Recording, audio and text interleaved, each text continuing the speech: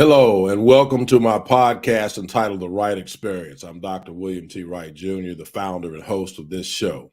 For over a year now, I've worked diligently to try to bring you the very best leaders that I can find for us to grow and get better and learn more about leadership and the proper way to move systems and school systems forward. Please, if you hear something that you like, please comment on it, click like for us, and let us know that you appreciate the content that we're providing. Tonight is episode 51 of the Wright Experience. My guest is a leader who has served as an educational leader for well over 2 decades in the public schools of the state of Georgia and all throughout the Atlanta metro area. I met him many years ago as a freshman student. I was in my second or third year, depends on whether you calculate grades or not, at North Carolina Central University. And then I'm proud now to call him also my Alpha Phi Alpha brother. My guest this evening is Dr. Donald Mason. Donald E. Mason Jr. obtained a doctorate of education with a specialization in educational leadership from the University of Alabama in the fall of 2009, where he wrote a law-based dissertation on free speech in public schools since the Hazelwood decision. He obtained his specialist in education degree in 2003 from the University of Alabama also. And in 1994, he earned his Master of Arts degree in English with a minor in education from North Carolina Central University in Durham, North Carolina. His thesis was a comparative analysis of the 3 autobiographies of Frederick Douglass. He received his Bachelor's Arts degree in English with a concentration in media journalism from North Carolina Central University. Dr. Mason is currently in his first year as Director of Strategic Initiatives at Wesley International Academy in Atlanta, Georgia. Prior to this role, Dr. Mason served as the middle school principal at Wesley. In his other school leadership roles, Dr. Mason served as a principal in the DeKalb County school system from 2007 until 2017. His first principalship was at Salem Middle School in Lithonia. In 2012, he became principal at Redden Middle School, which earned the distinction of being a Title I reward school with the highest progress. From 2000 to 2007, Dr. Mason also served as an assistant principal in the Gwinnett County school system. Prior to this, he served as an English teacher at Berkmar High School. Dr. Mason is originally from Chapel Hill, North Carolina, but grew up in Atlanta, Georgia. He is married to attorney Teresa Walker Mason, who is my homegirl from Rocky Mount, North Carolina.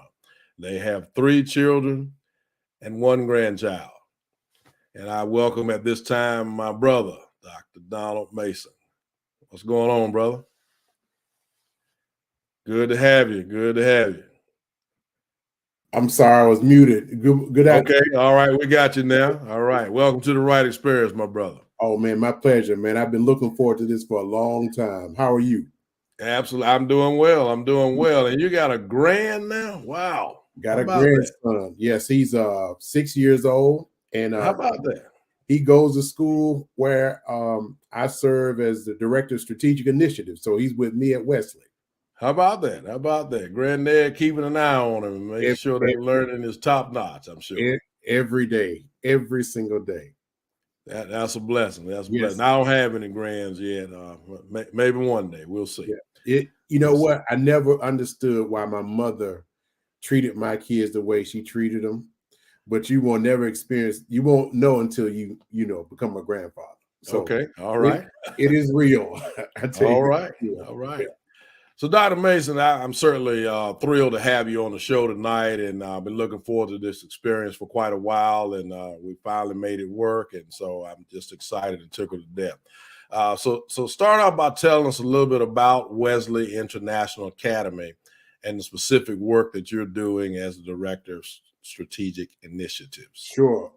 Wesley International Academy is a K-8 public charter school in the city of Atlanta.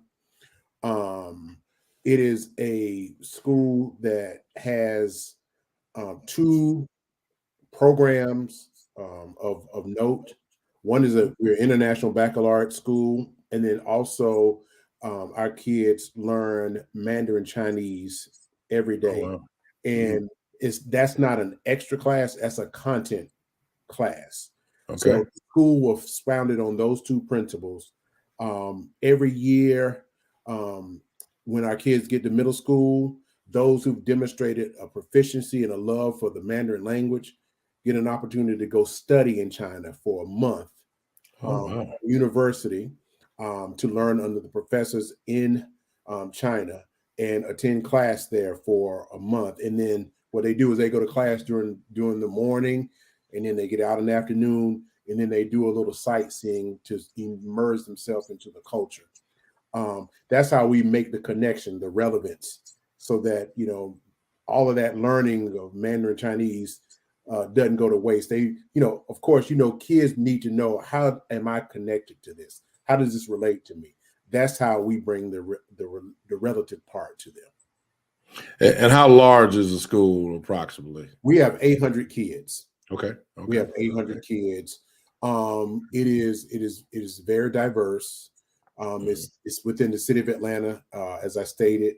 We're under the umbrella of the Atlanta public school system, and it's a really good school, and it's taken a lot of work to get it to that point. But now we're one of the top-notch charter schools in the city of Atlanta. Okay. And so this new role, I think it's your first year in it. Tell us about It that is. work. Yes, prior to that, I was the middle school principal for 4 years. Right now, I'm the director of strategic initiatives. I'm heading up our charter renewal process, which is about to begin pretty soon. I'm also in charge of writing the strategic plan. And I'm in charge of our school's DEI initiative, leadership development. What else am I? Instructional technology. It's athletics. It's a host of things that I'm tasked with doing, but my main work is the strategic plan and charter renewal. Okay. Mm-hmm. So they got the right man for the job. Well, I appreciate that, Dr. Wright. I think so. Attention to detail. That's great. Yes. So, Dr. Mason, as you've seen, I'm sure, even in the state of Georgia, there have been a tremendous amount of changes in the public school sector over the last few years, particularly with the onset of the pandemic. Yep. So what do you believe were some of the most valuable lessons that we should have learned during the pandemic? I think one of the most valuable lessons that we should have learned is a lot more flexibility and empathy. As this pandemic has blanketed us, I've had the opportunity to visit my students' homes, and I've had the opportunity to visit the homes of some of my teachers. And you really don't know how people live or what they're going through until you experience it. And I by visiting those houses and those homes, it made me take a step back and say, hey, you know what? This person needs a little bit more grace than that person. Okay. Right. Because of what they're going through. And they don't show it every day. And I commend them for being courageous and coming to work every day, and despite of the challenges that they're having. So, and that's whether dealing with a disabled parent or multiple kids at home and being a single mother. That's one of the things that really taught me.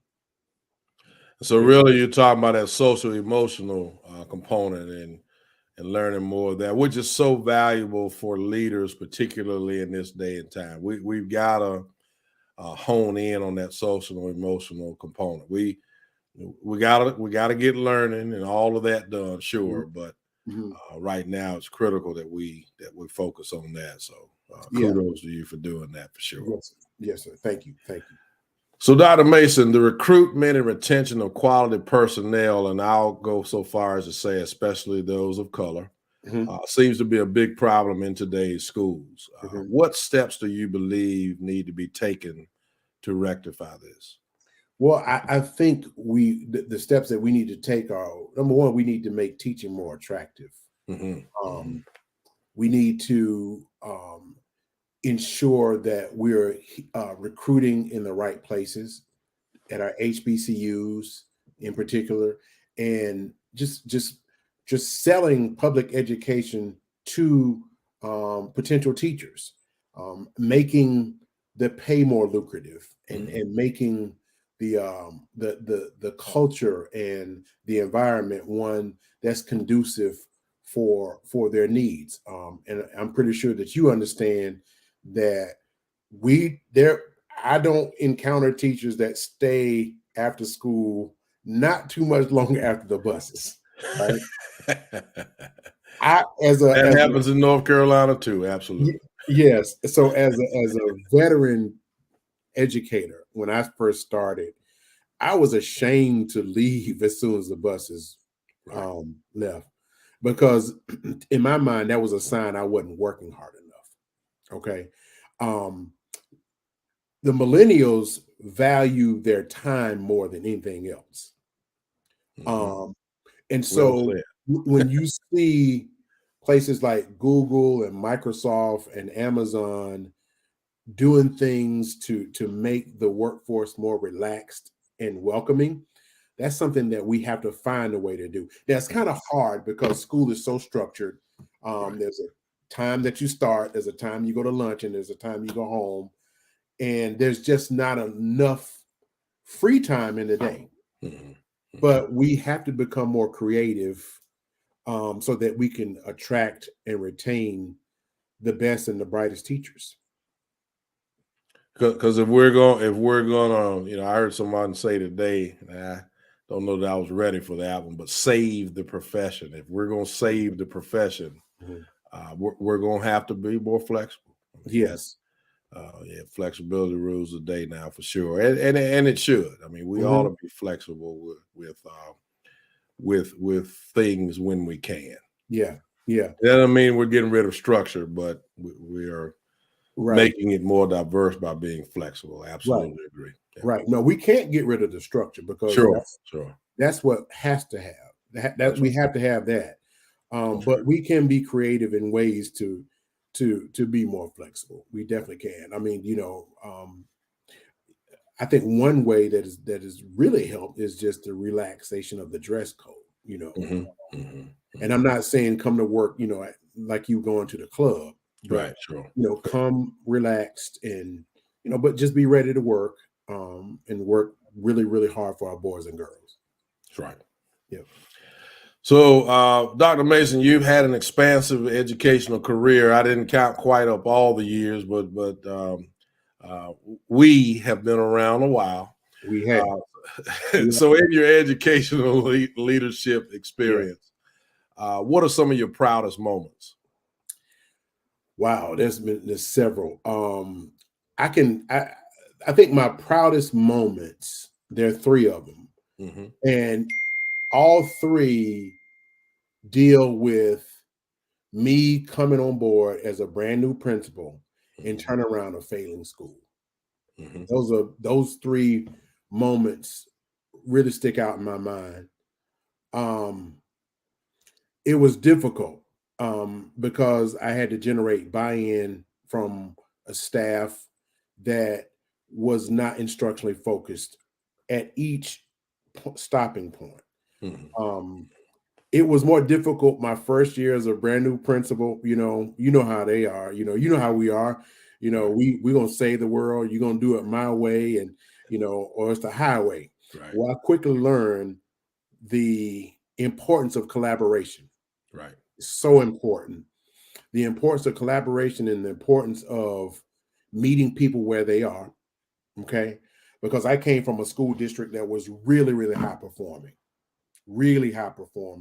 And because of that culture, you didn't really have to motivate teachers to make sure that their lesson plans were not only turned in, but they were sound, to make sure that, the standards were posted on the board, and that they were referencing the standards or a word wall, or they were going through the 3-part lesson with fidelity, or they didn't stand up in front of the class and lecture the entire time. They focused on cooperative learning. So I had to, after my first year, Dr. Wright, I had to stop and reassess what I was doing wrong. Right. And once I stopped and realized that I was approaching it, that the principalship in the wrong way, I was able to really, really make some gains and generate buy-in and just foster a very collaborative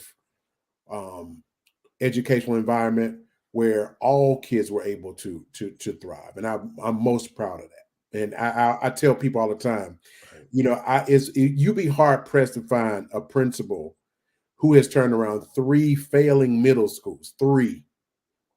It's right. very difficult. So I'm most proud of that. So how did you know that you kind of needed to make a change after that first year? What are some of the things that kind of hit the light bulb for you? Well, feedback from the staff. Sure. And I wasn't meeting my benchmarks that I set for myself. Right. Right. During that first year. And one of those benchmarks was to retain, at least 30% of my staff. And I did not.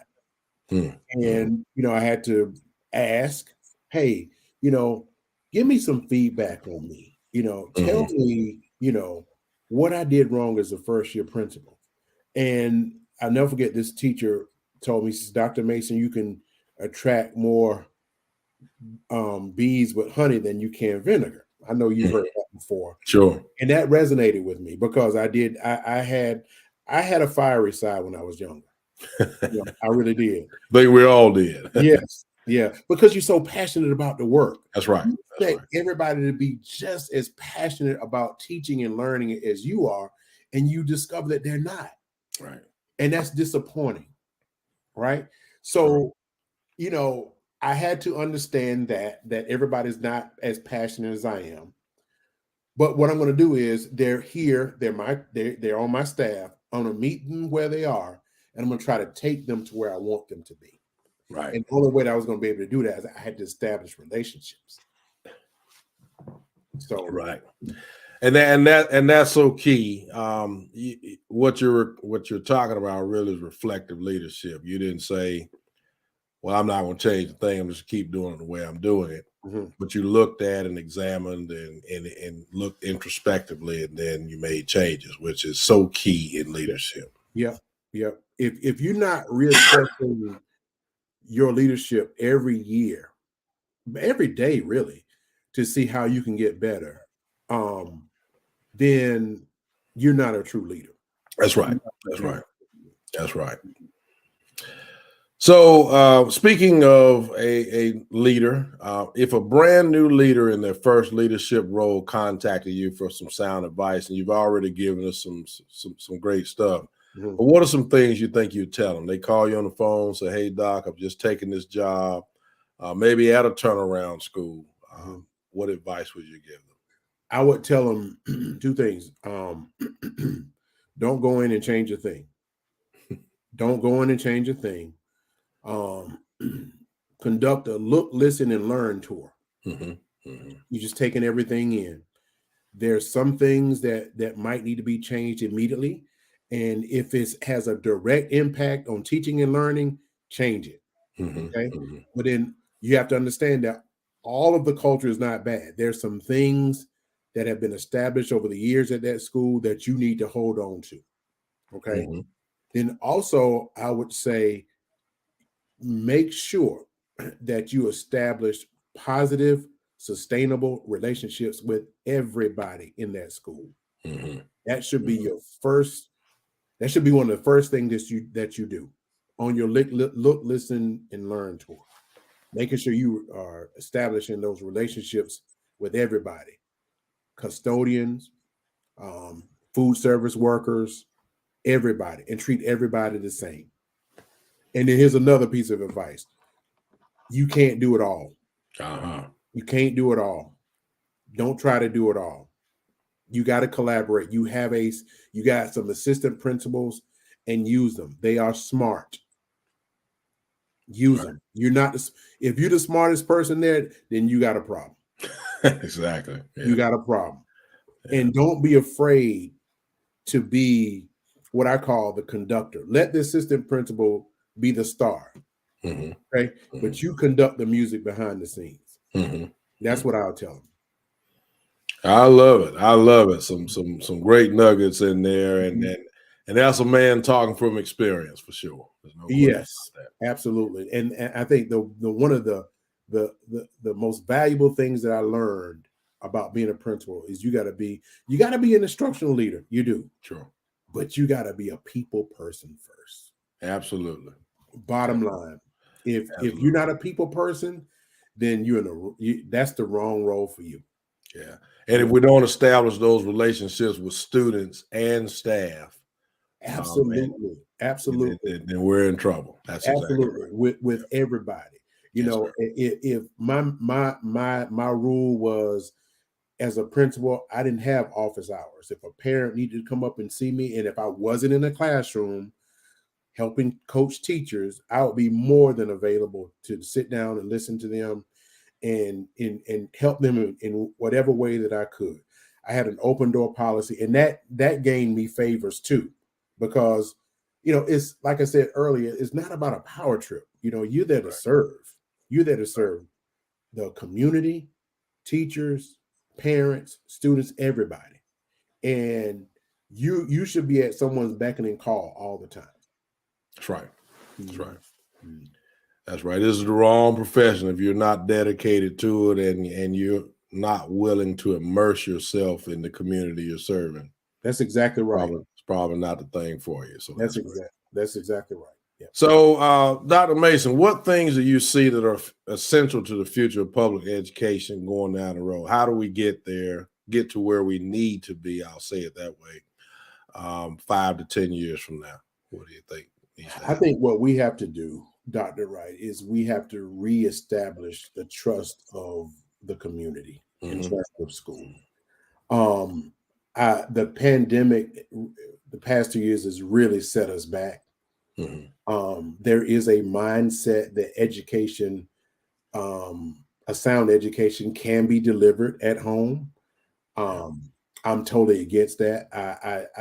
I think it's impossible. Right. Because of the different learning styles that all kids have. Right. I am a tactile person, so it'd be very difficult for me to learn math while I'm at home. I think that we have to, quite honestly, get some of our teachers out of the mindset that they can work from home. I think that that has seeped into their minds that this can be done from home. I just hope that the pandemic can just, we can keep it at bay so that we can return to a school mindset instead of one, well, this can, I can teach this online. I don't have to go in today. I don't have to be in the building to be effective. No, that's not true. Teachers need to be at school. Students need to be at school. And building leaders need to be at school. I'm very fearful that of some of the legislation that I'm hearing down here in Georgia, where some parents are trying to push a bill through where they accept the FTE dollars of their children and take those FTE dollars and they choose whatever means of education that's at their disposal. Yeah. And that's really frightening, because if that happens, then the achievement gap is going to widen even further, because I think those people with means will take that money and create those pods that you heard about during the pandemic.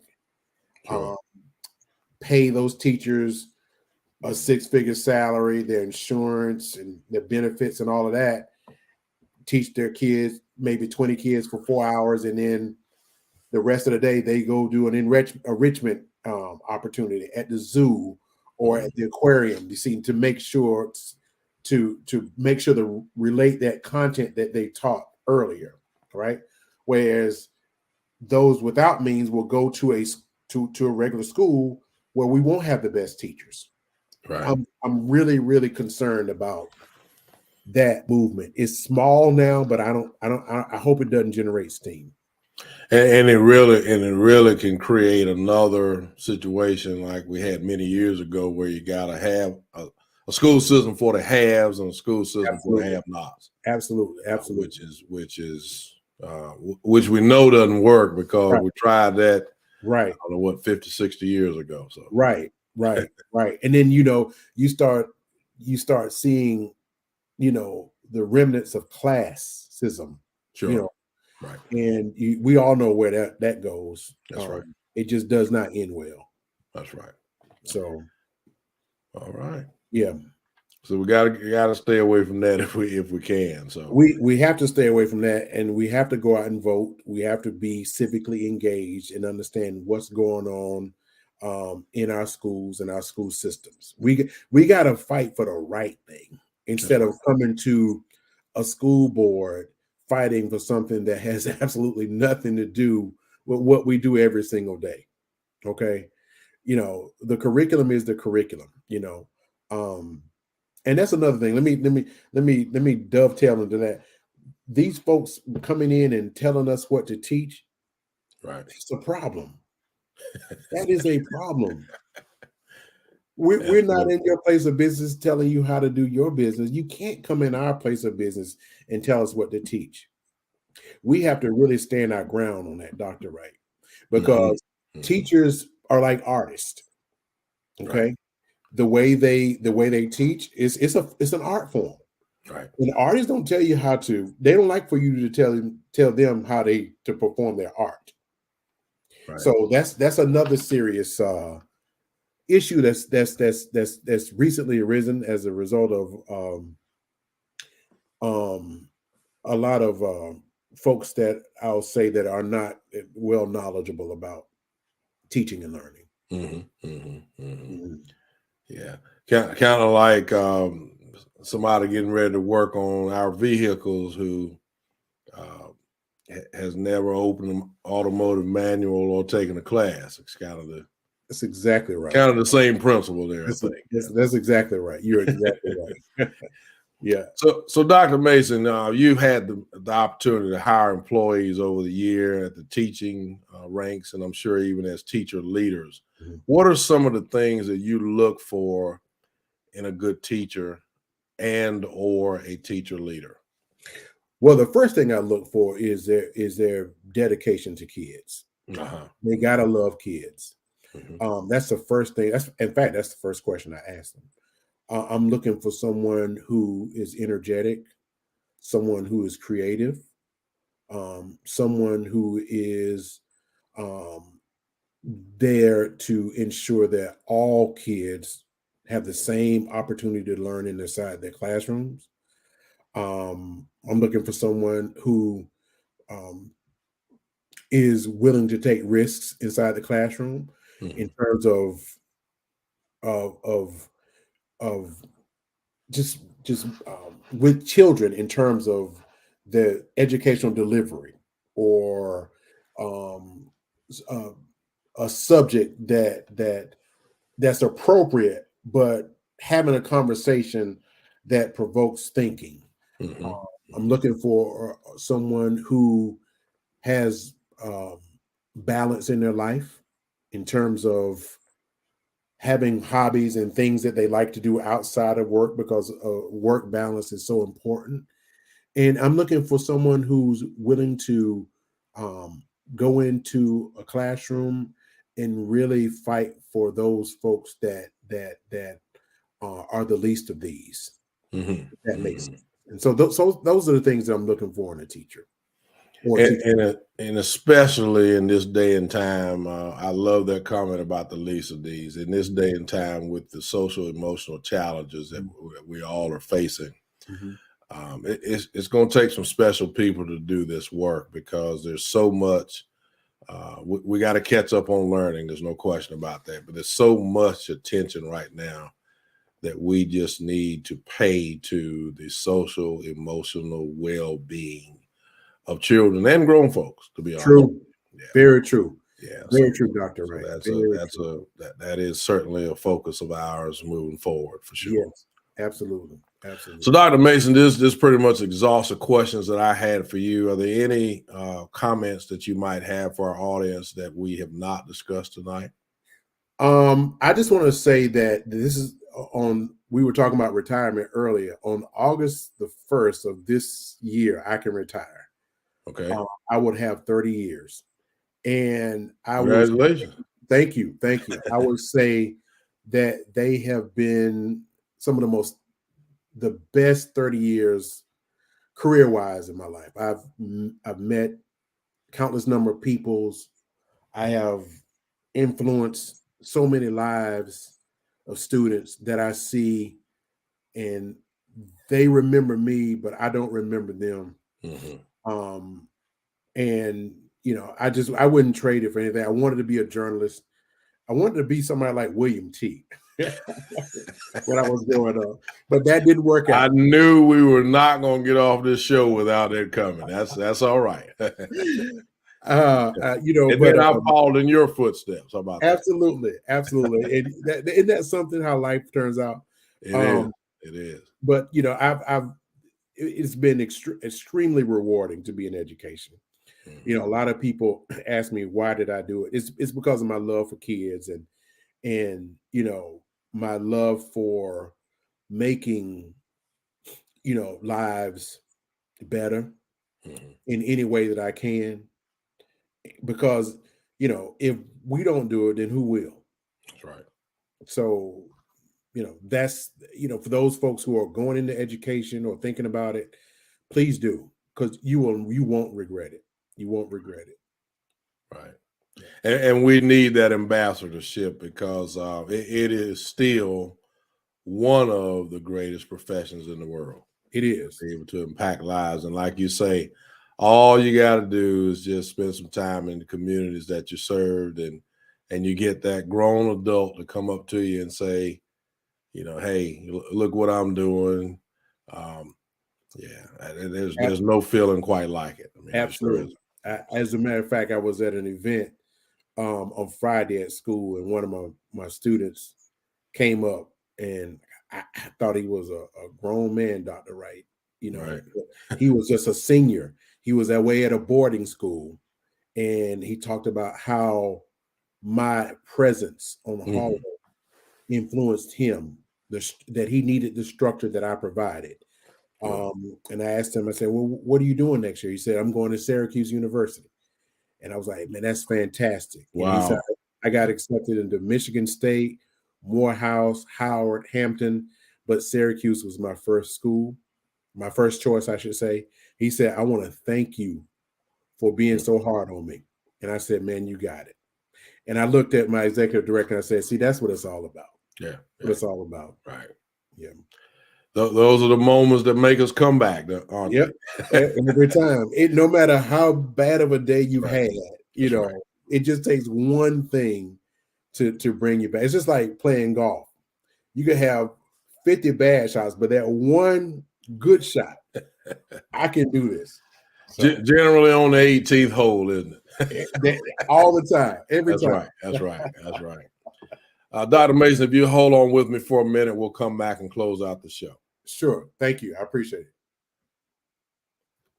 Next week on April 7th, 2022, we will present episode number 52 of The Wright Experience. My guest next week will be Dr. David Fonseca. Dr. Fonseca is the superintendent of Martin County Schools here in North Carolina. And I look forward to that experience, talking with my friend and colleague to the south of where I work. That'll be next week, April 7th, 2022, on The Wright Experience. Dr. Mason, my brother, thank you so much for being my guest.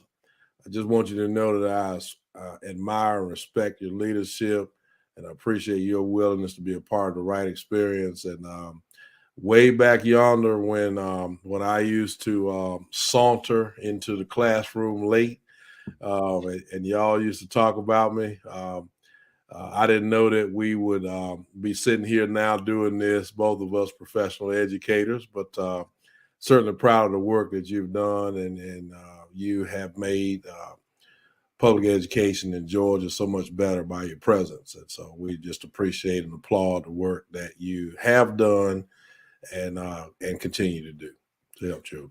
Well, Dr. Wright, thank you so much, man. I appreciate it's a pleasure being on the Wright experience. And I do remember those days when you used to come in late and you were the man then and you're still the man now. And I appreciate all the work that you're doing up there in my home state of North Carolina. Keep fighting the good fight, brother. We appreciate you. Thank you so much for saying that. I appreciate it. I appreciate your shameless plug, and I'll send you $5 later. But to the Wright Experience audience, thank you for watching.